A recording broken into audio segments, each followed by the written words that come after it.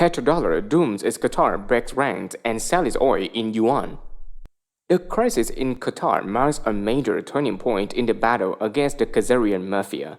Ostensibly, Saudi Arabia, an oil exporting state, decided to try to blockade Qatar because it was supporting terrorism.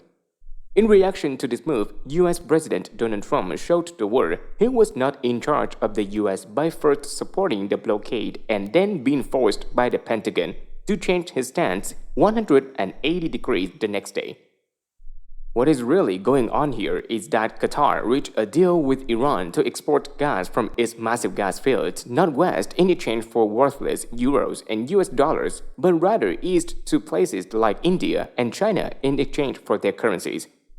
The US House of House of Representatives reacted to this development by passing new sanctions against Russia that basically amounted to selling Europe to buy expensive American gas instead of cheap Russian gas.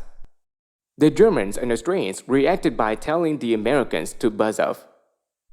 These developments show clearly the old regime is falling apart with splits between Washington and the EU becoming more pronounced by the day.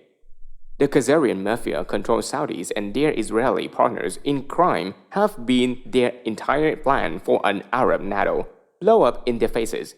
Two Muslim countries like Turkey, Iraq, Iran, Pakistan, and others, together with superpowers like Russia and China, lined up to support Qatar, leaving the Saudi-Israeli alliance isolated.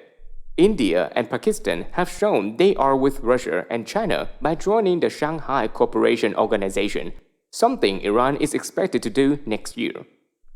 The US military, for its part, showed it was against the Khazarian mafia by staging joint military drills with Qatar last week, even as China staged drills with Iran, Pentagon sources explain. The US military needs Qatar because of AI Udeid Air Base. The Pentagon sources did not mention the fact Qatar also offered to buy $12 billion worth of US military jets to help keep the Pentagon financed. In any case, the airbase also functions to ensure that the madman Zionist Israeli Prime Minister Benjamin Netanyahu and his fellow Khazarian mobster do not get any chance to start World War III, the sources say. A more direct message would be surrender or die. The battle to remove the Khazarians from all levels of control in Washington, D.C. is also intensifying. The fake blame everything on Russia campaign by the Khazarians is blowing out with even Khazarian-owned corporate propaganda media stooges starting to expose it as completely bogus. The following Twitter storm issued by Donald Trump summarized quite well how the power struggle in DC is going. You are witnessing the single greatest witch hunt in American political history, led by some very bad and conflicted people.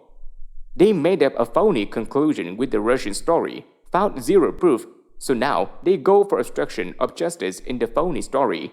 Nice. I am being investigated for firing the FBI director by the man who told me to fire the FBI director. Witch hunt.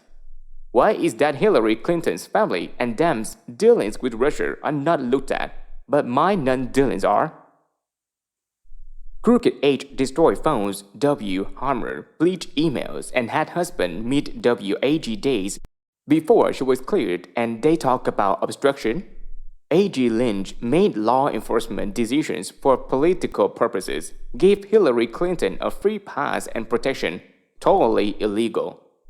Pentagon sources say the next stage in the battle against the Khazarian mafia holdouts in D.C. will begin with the arrest of Deputy Attorney General Rod Rosenstein, Special Counsel Robert Mueller, as well as Hillary Clinton, although CIA sources say she died last year. Barack Obama, former Attorney General, Loretta Lynch, former National Security Advisor, Condoleezza Rice, former CIA head John Brennan, former NSA Director Michael Hayden, and others at the second stage to decapitate the deep state.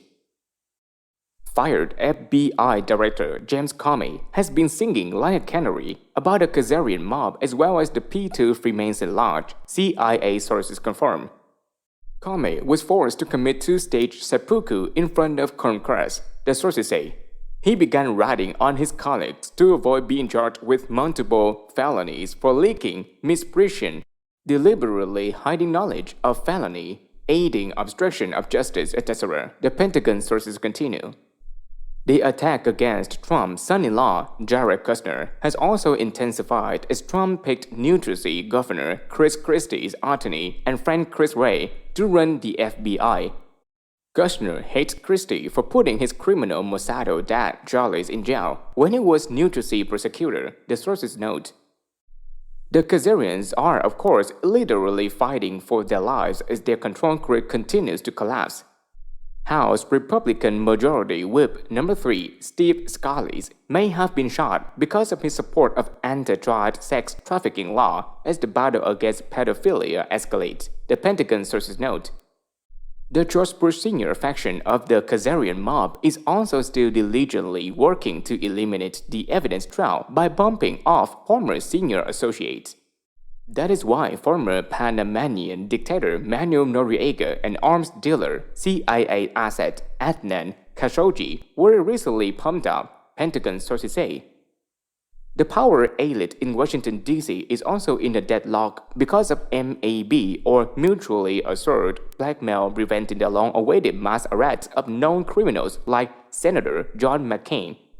The answer will probably have to be to remove the 70% or so of Washington, D.C. politicians, both Republican and Democrats, who have been corrupted by drugs, pedophilia, bribes, etc.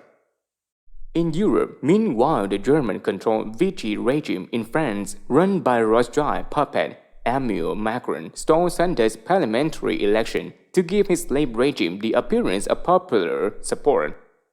The French Rothschild regime is circling the wagons as WikiLeaks of Hillary Clinton's email revealed to the world at large what this newsletter reported years ago, and that is the fact the French overthrew the Libyan regime of Muammar Gaddafi because he threatened the control of the French Africa with his plan to issue a gold-backed dinar.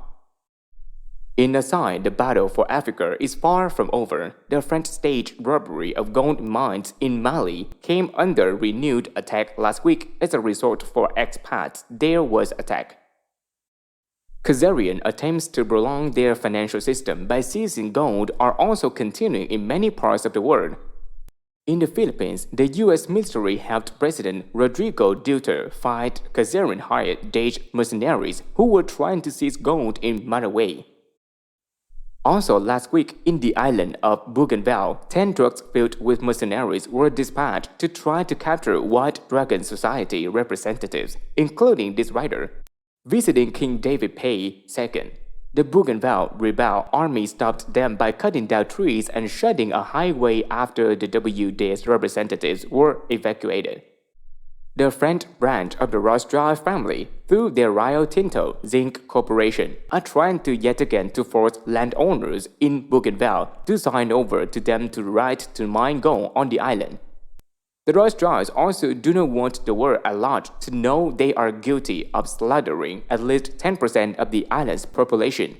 It is because of this history of slaughter and the environmental destruction that the locals would rather fight another war than let those mass-murdering war criminals back in. We will write more about this and other related news in a special report to be issued later this week.